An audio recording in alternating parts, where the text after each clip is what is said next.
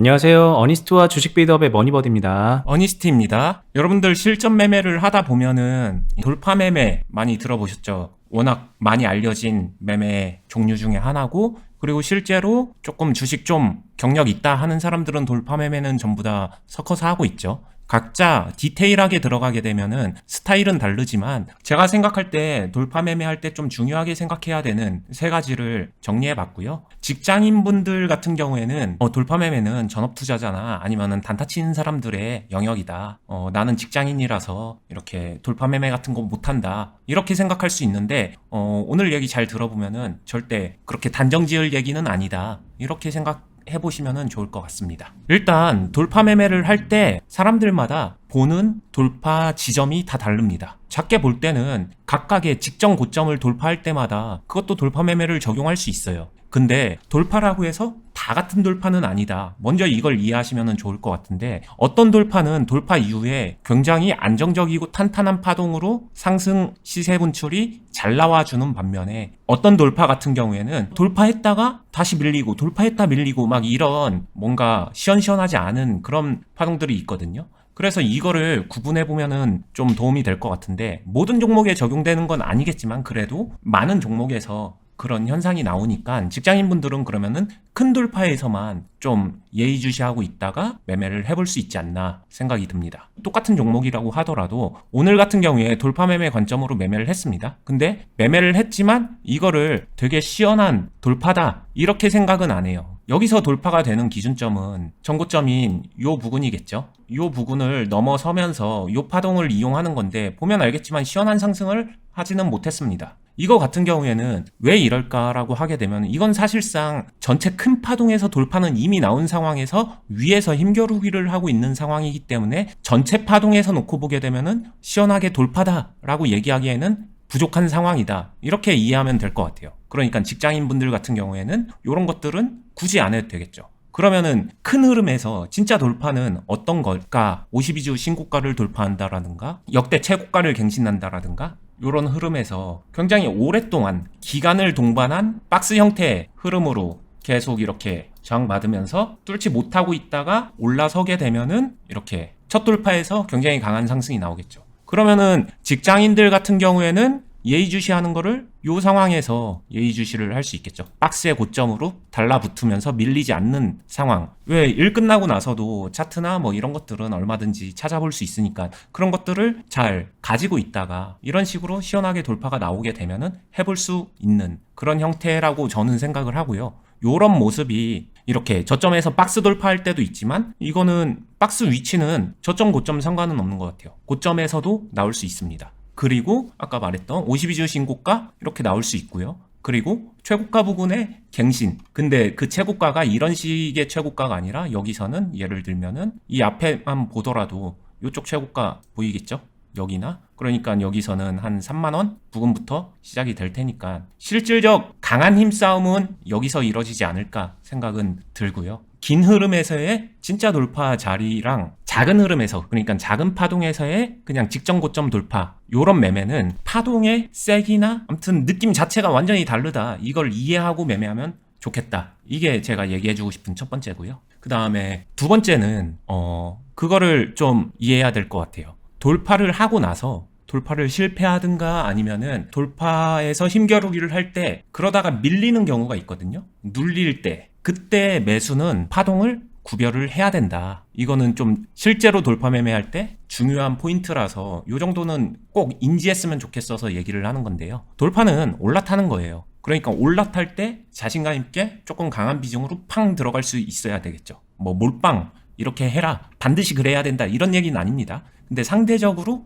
큰 비중으로 확실하게 딱 치고 들어갈 수 있어야 되는데, 이미 그렇게 비중을 가지고 치고 들어간 상태에서 그 다음에 돌파를 못해서 밀리는 경우, 그럴 때 거기서 추가 매수를 할지 말지는 굉장히 까다롭습니다. 파동을 좀 구별해야 된다. 특히나 이런 식으로 잔잔한 돌파 같은 경우에는 저는 이거 추가 매수는 되게 조심해야 된다라고 생각을 하고요. 이런 큰 돌파 같은 경우에는 추가 매수할 수 있죠. 할 수 있는데 원하는 만큼 흘러내려오지 않을 수도 있다. 그래서 파동을 좀 구별해야 되는 거고, 그러니까 추가 매수를 해야지라고 하는 생각이 진짜 좋을 때는 기회를 안 줄 것이고 안 좋을 때만 기회를 줄 것이기 때문에 이게 무조건 한다기보다는 좀 조심하는 게 좋지 않나 생각이 들고요. 뭐 추가 매수하면 안 된다, 절대 안 된다 이런 건 아니지만 파동을 구별해서 해야 된다. 요 얘기를 좀 팁으로 드리고 싶고, 마지막으로 세 번째는요. 매매를 하다 보면은 뭐 나 혼자 예정하거나 나 혼자 예측하거나 왠지 이거 갈 것 같은데 이 느낌에 사로잡아서 좀 속단하는 경우가 많거든요. 근데 가야 될 때 되면은 갑니다. 어찌됐든 가기 위해서는 여러 가지 이슈도 필요하고 아니면 수급도 필요하고 전반적인 분위기 조성이 좀 중요한데, 그 중에서는 종목 자체적인 분위기도 중요하지만 시장의 분위기도 좀 중요하다. 그러니까 시국이나 여러 가지 시장 상황 이런 것들이 잘 맞을 때 돌파가 시원시원하게 잘 나오지, 그렇지 않을 때는 좀 경계하면서, 돌파가 절대 안 나온다는 게 아니라 돌파가 나오더라도 힘이 약할 확률이 높기 때문에 이런 걸 인지하고 있으면 좀 좋지 않을까 생각이 들고요. 그래서 실제로 돌파 매매는 화랑장에서 시장 좋을 때 그때 이제 좀 돈 많이 벌게 되는 그런 매매 종류 중에 하나고, 시장이 힘이 없을 때는 어설프게 돌파 매매하게 되면 오히려 더 많이 깨지게 될 수도 있기 때문에 조심해야 되는 그런 매매라고 개인적으로 생각이 듭니다. 하지만 제가 얘기한 이 세 가지를 잘 인지한 상태에서 필요한 곳에서만 딱 돌파 매매를 하게 되면은 좀 담백하게 매매가 되기 때문에 꼭 시장이 안 좋다고 해서 절대 하면 안 된다 이런 생각은 안 하고요. 제가 이제 오늘 했었던 매매 보면서 제가 얘기했던 거 추가로 설명을 해보겠습니다. 아까 얘기했었던 대로 여기서 가는 거는 어차피 직전 포인트 돌파거든요. 그러면은 27,500원 위로, 근데 27,500원 위로 보자니 약간 가격대가 애매하죠. 그래서 저는 28,000원 위로 보면서 매매를 해야지라고 생각을 했었고, 이때 28,000원을 넘어서는 흐름이 나오는데, 그래가지고 제가 이제 여기서부터 매매를 합니다. 보시면 아시겠지만 여기서 28,000원 넘어서는 거 확인하고서 매수를 한 번 했어요. 제가 이제 최근에 실전 매매를 많이 보여드리면서 얘기를 하고 여러 가지 관점을 하는데, 제 영상 많이 보신 분들은 아시겠지만 제가 매수를 한 번에 그냥 딱 찍어 눌러야 된다 이런 스타일은 아니죠. 저는 분할 매수도 되게 많이 하고요. 일부러 나눠서 매매하는 경우도 되게 많습니다. 그러니까 딱 정해놓고서 매매한다기보다는 그 시점에 그 종목에 필요한 매매를 하는데, 이때는 제가 이제 생각했었던 게 한 번에 매수를 끝내야겠다. 그리고 추가 매수는 안 해야지 해가지고 사고 나서 바로 그냥 보시면 아시겠지만 매도가 돼서 약수익을 먼저 챙겨놓고요. 이거는 영상 보신 분들은 아시죠? 이때 뭐 다 팔아야 된다, 쫄아서 도망가야 된다 이런 게 아니라 기본적인 수익금, 조그만 수익금이라도 관리를 위해서 저는 챙겨놓는 거를 선호합니다. 그래서 일단 챙기고요. 챙기고 나서 빠졌어요. 근데 이 흔들렸었을 때 제가 다른 데서는 이렇게 기름값도 챙기고 해놨으면 밑에서 받기도 하거든요. 근데 여기서는 이거를 절대 안 해야지라고 생각을 하고 있었고요. 요 돌파 같은 경우에는 큰 돌파라기보다는 지금 고점에서의 심겨루기 파동 속에 나와주는 돌파이기 때문에 여기서 조정을 받는다면은 이 타겟을 노려서 유리하지가 않습니다. 이거는 진짜 그냥 일봉 박스에서도 상대적 고점에서 내가 포지션을 변경시키는 거거든요.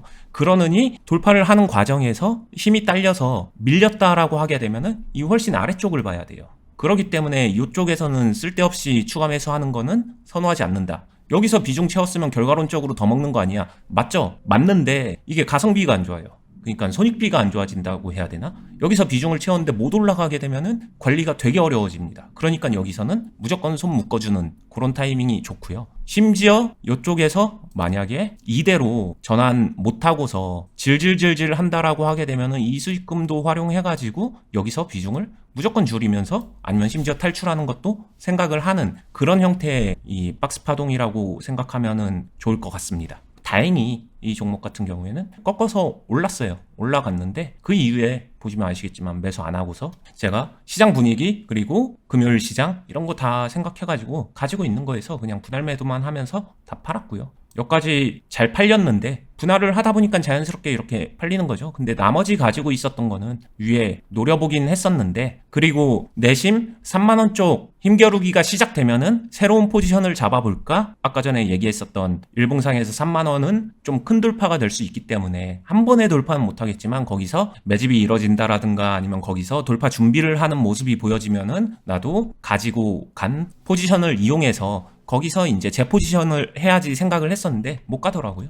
못 갔기 때문에 꺾일 때 그냥 전략 매도하면서 매매를 끝낸 그런 형태였다. 그러면은 제가 굳이 왜 여기서 뻔히 작은 돌파라고 얘기했는데 왜 이런 매매를 굳이 했나요? 라고 하게 되면은 아까 얘기했었던 3만원 큰 돌파를 앞두고서 혹시나 제가 포지션을 잘 잡아둘 수 있으면은 그거를 가져가 볼까 하는 생각으로 했었고, 그게 안 되더라도 이런 식으로 그냥 담백한 수익 정도는 충분히 가능할 것 같아서 했습니다. 네. 네, 오늘도 이제 매매한 거 잘 봤고 얘기도 잘 들었습니다. 하나만 좀 질문해보고 마무리 해볼게요.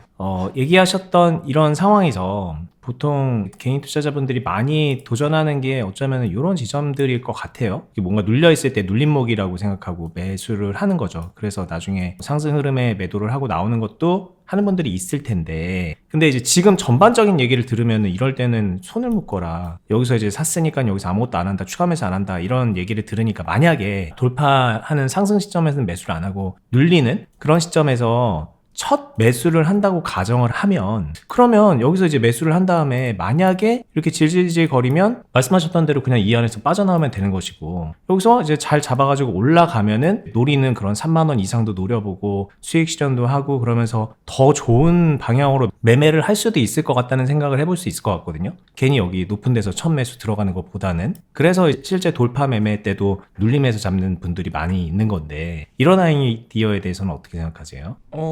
어떤 매매를 선호하느냐의 차이라고 생각을 합니다. 여기서 돌파 매매를 하면서 돌파할 때 잡고 들어가면서 여기서 큰 비중을 썼기 때문에 여기서 하면 안 되는 거지, 여기서 안 하고 아예 나는 그냥 이 종목 눌림 관점으로 눌림에서 시작을 하겠다라고 하게 되면 얼마든지 해도 되지 않을까 생각이 듭니다. 그냥 개인적으로는 두 개가 다른 매매라고 생각이 들어서. 그럼 이제 뭐 어떤 게 더 좋다 나쁘다 이렇게 얘기할 것도 없는 거겠네요, 그러면. 그쵸. 그거는 실제로도 커뮤니티나 인터넷 상에서도 돌파가 맞다, 눌림이 맞다, 이거 가지고 맨날 싸웁니다, 사람들. 뭐가 더 좋다. 제 개인적인 의견은 둘 다 할 줄 알고 둘 다 그때그때 필요에 의해서 사용할 줄 아는 게 제일 유연한 매매가 되지 않을까라고 생각을 하는 거고요. 여기서 첫 매수를 하는 거 자체가 나쁘다라는 생각은 전혀 안 합니다. 여기가 첫 매수라고 하게 되면 매수 자체가 조심스러울 거고, 충분히 이 안에서 말한 것처럼 포지션 재정비 아니면은 포지션 탈출 역시도 그냥 무난하게 될 것 같기 때문에 상관없는데, 이 두 개가 콤보로 이뤄지는 거는 돌파하려다 안 되니까 눌림으로 바꾼다, 이거는 안 된다, 이런 얘기죠. 이거는 과거에도 제가 얘기를 했었던 것 같은데, 돌파를 했으면은 돌파를 끝내고 그러고 나서 눌림 관점으로 다시 매매할 거면 둘 다 할 줄 아는 사람이라면 그렇게 하는 거는 괜찮다. 근데 돌파하다가 안 되니까 갑자기 거기서 포지션 그대로 이어받아가지고 눌림에서 추가 매수한다? 이거는 좀 조심스럽다. 비중에 따라서 해도 되는 경우도 있지만 대체로 비중 관리 안 하고 그냥 그렇게 이어지게 되면 매수, 떨어질 때 또 매수, 떨어질 때 또 매수, 이렇게 되면서 포지션이 망가져 버린다, 이렇게 이해하면 될 것 같습니다. 그죠? 그리고 비중 관리한답시고 여기 앞에서 덜 들어가고 뭐 그런 식으로 하면은 올라가는 상황에서 충분히 만족스럽지 못하기 때문에 차후에 또 내동을 불러일으키기도 하고, 뭐 그런 여러 가지 나비 효과가 생기는 콤보죠. 그 말씀하셨던 콤보는. 제가 이거 물어봤었던 이유는 여기서는 이런 데서 매수하지 말라고? 나는 이런 데 매수하는 거 좋아하는데? 이런 분들도 있을 거라서, 그 아이디어를 궁금해하는 분들도 있을 거라서 물어봤었던 거고, 이 매매의 결을 좀 되짚어서 설명했던 것들을 들어보면은, 그러면은 뭐 꼭 이 돌파라서 가능하고 이거는 안 되고 이런 게 아니라 각각의 다른 매매인데, 그 다른 매매 안에서도 상황에서는 비슷하게 판단할 부분들이 분명히 있다, 뭐 그런 정도 이해하시면 될 것 같습니다. 자, 오늘 얘기 잘 들었고요. 다음에도 또 더 좋은 내용으로 기대해 보겠습니다. 그리고 저희 얘기하고 있는 유튜브 말고 온라인 투자 클럽 하고 있는 거 매번 말씀드리잖아요. 거기 회원 가입하시면은 어니스트님한테 종목 받아서 수익 낼 수 있고, 그리고 이제 주식 배울 수 있는 그런 공간으로 운영을 하고 있거든요. 오랫동안 계속 해오고 있는 곳이니까 저희 믿고 가입하셔도 되고요. 궁금하신 분들은 영상 하단 부분에 있는 댓글란 참고하셔서 가입 안내 확인하시고요. 궁금하신 분들은 마지막으로 상담도 한번 받아보시면서 최종 결정하시면 될 것 같아요. 저희는 계속해서 유튜브에서 좋은 내용으로 찾아뵙겠습니다. 끝까지 보시느라 수고 많았습니다. 감사합니다. 감사합니다.